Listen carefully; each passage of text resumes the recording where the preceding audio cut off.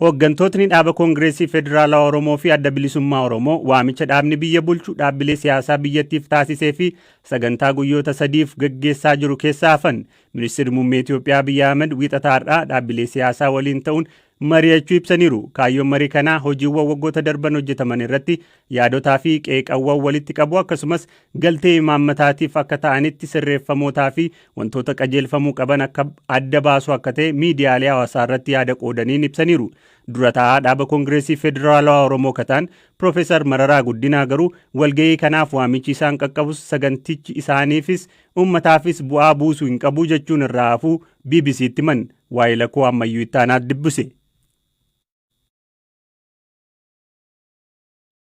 Bu'aajaan qabneef innanne. Waamichi isin bira ga'ee dhaquu haftanii? Warri kokosii jennu guruppii wayii qabna bu'aajaan qabneef. Soole. Tiyaatiriidhuma hojjechuudha. Taafuu inni dhiifte. Kokosii jechuun paartiilee meeqatu keessa jira? Gara 13 taana. Soole. Baay'een keenya lalle. Maadha sababi keessan? Bu'aan qabu tiyaatirii hojjechuudha. Rakkoo biyyaa gubbaatti dubbachuu erga dhiisanii turaniiru mariirraan baqatu marii dhugaan barbaadanii nagaa akkasumaan isaanis ofis rakkisuu hin barbaanne. Tarii kookasii sana keessa kaafaa'uun alla paartileen naannoo Oromiyaa keessa dorgoman kan ABO'faa keessa jiru? ABO'nis keessa jira. Amma yeroo darbe marii biyyaalessaa keessaa safuu keessan warri marii biyyaalessaa koomishinii marii biyyaalessaa komataa turanii tarii mufiidha qabdu akkasii? Mufii otoo hin taane taphachuutti deeme mootummaani. Akkoo biyya kanaa hiikuudhaaf qophii isin qabu, fedhii isin qabu. Maalirraa kaataniit akkas jettan isin? Waggaa 6 wajjin jiraatu wanti kamina waggaa 6 keessatti rakkoon mul'achaa deeme malee wanti waggaa 6 keessatti hiikame jiru. Amma yeroo darbee marii biyyaalessaa keessa hafuu keessanis odeeffanneerraa bulchaan biyya yeroo mari'achiisanis hafuu keessa nutti himtanii tarii biraa hafuun keessan sun gaaffiisin yookiin immoo yaada isin kaaftaniif yookiin immoo rakkoo isin jira jettaniif furmaata fiduu danda'aree? Waan hin taane hojjechuudha xinnaate waan hin taane keessatti qooda fudhachuu isuunis waa tokkodha jechuudha.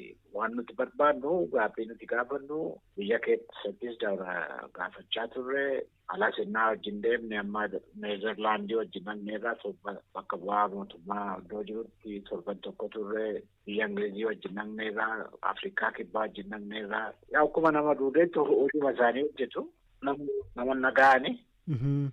Koo fedhii agarsiisaa jiranii karaa ofii deemanirra malee karaa biraa mariidhaanii rakkoo akkasitti jedhan qabanii kana keessatti qooda fudhannee bu'aan jiru homtuu jaan jirree fi saba keenyaafis homtuu jaan jirree fi beeknee jechuu kooti. Neezerlaandii fa'aa Afrikaa kibbaa fa'aa jettan warra mootummaa wajjin dhaqxanii moo maadhaan waansaa?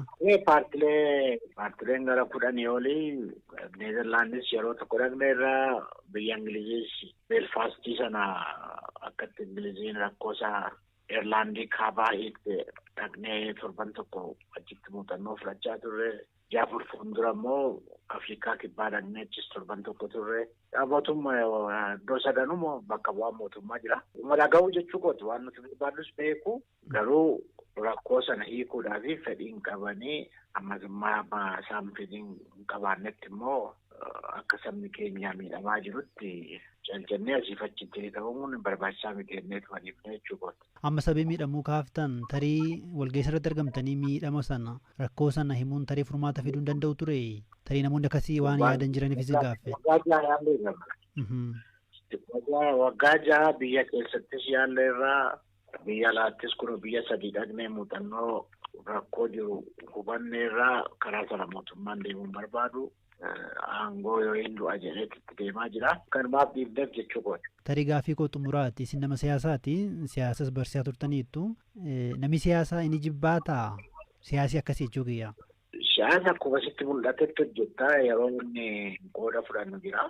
Yeroo barbaachisaa ta'e garuu naalaallonni kun footoodhaaf yoo ta'e malee waan biraatiif waan baay'ee barbaachisu nutti fakkaanne. Siyaasa bu'aa laaltee jechuudha. Humna keettama beekumsa keettamaafis nuufis bu'aa waan qabu. Tarii yeroo waamicha godhanii waa'ee maaliitti mari'anna jedhaniitu waamicha godhan? Gaaf tokko waan mootummaan guddina biyyaa gubbaatti hojjete kaleessa isa laatu jedhanii har'ammoo muummicha ministeeraatu sin dubbisa jedhanii borummoo tireeningii moo silxanaa waan jira wayii guruppii wayiitiin qabanii waan akkasiiti. Marratti ammoo xiinxala Piriimeer Liigii Ingiliiz. Piriimeer Liigiin Ingiliiz xumuramuuf taphoota 9 tafe. Dilbata kaleessaa taphootni taphataman eenyu waancicha injifachuu danda'a jedhamee tilmaamota kennamaa turan irratti jijjiirama uumeera. Liigichi garaagartummaa gooliin durfamuurraa gara garaagartummaa qabxii lamaan durfamuuttis ceera. Liverpool dirree Saanfiilditti Biraayitaniin 2-1 injifatee qabxii 67 sadarkaa tokkoffaa qabateetu qabxii morkii eegamaa Siitiif Arsenaal eegaa ture. Morkiin Siitii fi Arsenaal Etihaaditti gaggeeffame goolii malee qixxee goolabame. Kun immoo Liverpooliif hiree gaarii ta'e. Amma Liverpool Arsenaaliin qabxii 2 Siitii ammoo qabxii 3 caalee tokkoffaa ta'eera. Tapha torban kanaa booda tilmaamni eenyu waancicha injifata jedhu jabaateetti fufeera. Sirni kompiitaraa Optaa amma dura Siitiin hiree waancicha injifachuu isa guddaa qaba jechaa ture yaada jijjiiree hiree guddaa ka qabu Liverpoolii jedheera. Xiinxaltootni kubbaa miilaa garri hedduun garuu taphoota gareeleen 3 dirree alagaatti qaban ilaaluun Siitiin ammallee hiree bal'aa qabaa jedhu. Leenjisaan Siitii Pep Guardiola tapha galgala qabxii itti qooddatan booda Liverpool hiree bal'aa waancicha injifachuu qabaa jechuun miidiyaaleetti dubbate.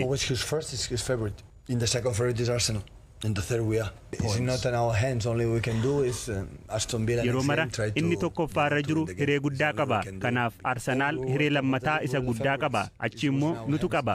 Amma harka keenya hin jiru. Wanti gochuu qabnu ittaanee Aston Villa morkannee isa injifachuudha. Yeroo tokkoffaa taanee jirru harka keenya jira. Amma garuu nu harka hin jiru jedhe. Jifataan duraanii Newcastle United fi kan amma kubbaa miilaa xiinxalu Alan Shearer ammoo ammaaf Liverpool hiree bal'ifatus taphoota 9 hafan keessatti hiree guddaan waancicha nyaachuu harka Manchester City galaa jedha. Shearer haalli amma Cityin itti taphachaa jiru ga'umsa isa waancaaf eegamu miti. Haa ta'u malee sanatti ni dhufa roobii dhuftu Etihaaditti yoo Aston Villa morkatu sanaa agarsiisuu qabaa jedha. Akka qaamota tilmaama hojjetaniin Liverpool yeroo duraaf waancicha nyaachuuf tilmaama jalqabaa qabaate. Leenjisaan Liverpool Jurgen Klopp kilaboota biroo 2 wajjin taanee kubbaa miilaa Ingilaand keessatti badhaasa guddaaf morkachuutti jirra. Gammachuu badhaasa kana dhamdhamuuf jabaadhee injifachuuf ani murteesseeraa jedhe. Qondaaltotni dhaabbata maallaqaa addunyaa IMF torban dura Finfinnee seenan ammallee aangawoota Itoophiyaa waliin marii itti fufaniiru. Dhimma marii kanaa ilaalchisee mootummaan Itoophiyaa somaa hin dubbanne Itoophiyaan IMF irraa liqaa argachuuf ulaagaaleen kaa'aman turaniiru. Haal dureen kaa'ame mootummaan Itoophiyaa muddama keessa jirurraa ka'eeraa jedhu xiinxaltootni. Mariin kun maaliif akka barbaachisaa ta'e akkamiin xumuramuu danda'a akka jedhu irratti ogeessa diinagdee dubbisneerra. Itoophiyaan rakkoo diinagdee ishee mudate furuuf liqaa doolaara biliyoona 3.5 akka barbaaddu gabaafameera. Liqaan irra jiru immoo doolaara biliyoona 28 ta'uu xiinxaltoonni ni himu. IMF waggaatti si'a 2 dhimma diinagdee irratti biyyoota waliin mari'ata. Gabaasa diinagdees ni baasa.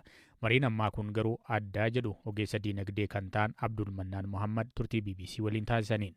ኢትዮጵያ ከአይኤምኤፍ ገንዘብ ትፈልጋለች አጠቃላይ ኢኮኖሚው ችግር ውስጥ ስለሆነ አይኤምኤፍ ደግሞ ከኢትዮጵያ ኢትዮጵያን አይኤምኤፍ irraa maallaqa barbaaddi. IMF ammoo Itoophiyaan ulaagaalee guutuu qabdi jedhu qaba. Fakkeenyaaf waggaa 2 dura liqaa naannoo doolaara biliyoona 2.9 yeroo nuuf liqeessuuf jedhu ulaagaalee hedduu lafa kaa'eera. Fakkeenyaaf dhaabbilee misooma mootummaa irratti riiformii fiduu, sirna to'annoo maallaqaa irratti riiformii gaggeessuu, harka dhuunfaa akka galu gochuu, sharafa alaa sirreessuu, bajata madaallisaa akka eeggatu gochuu fa'aa kan jedhan turan. Waliigalteen sun sababa garaagaraan erga gufatee booda marii biraaf teenyee jira. Kanaaf dhimmoonni sun deebi'anii ka'uunsaanii waan hin ooledha. Addumatti immoo kan isaan gaafatan hanga sharafa alaa keessan sirreessaa kan jedhudha. Hammi sharafa alaa keessan gabaa wajjin gaafa ol bira qabame ilaalamu waan baay'ee gadi bu'eef sirreessaa kan jedhu nutti kaasu. Dhimma tasgabbii dhabuu nageenya biyyattii keessa jiru akka kana duraa cimee ka'uu dhiisuu mala garuu ammayyuu kaasuu danda'u. Itoophiyaaf maallaqa liqeessuuf yaaddowwan IMF qabu keessaa dhimmoonni sarbama mirga namoomaa fi rakkooleen nageenyaa biyyattii keessatti itti fufan muraasadha. Baatii muddee keessa gareen liqeessitoota biyyoota badhaadhanii Paaris Kilab jedhaman bitootessa 31 bara 2024 Itoophiyaan IMF irraa liqaa yoo hin arganne yookiin mari'attee yoo walii galuu baatte maallaqa duraan liqeeffatte hanga bara 2025tti turtee akka kaffaltu hin goone jechuun haal duree kaa'anii turan.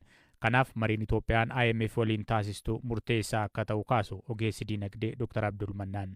አሁን ከአይኤምኤፍ ድርድሩን ጨርሰን ወደሆነ ስምምነት ላይ ያልደረሰን እንደሆነ የፓሪስ ክለብ ሀገሮች መልቲላተራል አማ አይኤምኤፍ ወሊን መሪያኔ ወሊገልቴ ወይረ ሂንጌኘ yoo ta'e chaayinaan alatti biyyoonni paaris kilab yookiin immoo biyyoonni lixa liqii kennan akkaataa duraan waliigalleen kaffaluu qabdu nuun jedhu. IMF waliin marii akka jalqabne waan beekaniif IMF waliin marii itti fufaa nutammoo waggaa tokkoof hanga bara 2025tti idaa akka hin kaffalle yeroo isinii kenninaa jedhu. IMF waliin waliigaluu yoo baanne bifa duraan waliigalleen kaffalaa nuun jedhu. Achi butuun sun ni hafaa jechuudha. Kun ammoo mootummaa Itoophiyaaf mata ba'uu guddaadha. Tokkoffaa idaa kaffaluuf galii biyya keessaa barbaachisa. Lammaffaa idaa alaa kaffaluuf sharafa alaatu barbaachisa. Kanaaf bajeta biyya keessaa irrattis sharafa alaa irrattis dhiibbaa guddaa uumaa jechuudha.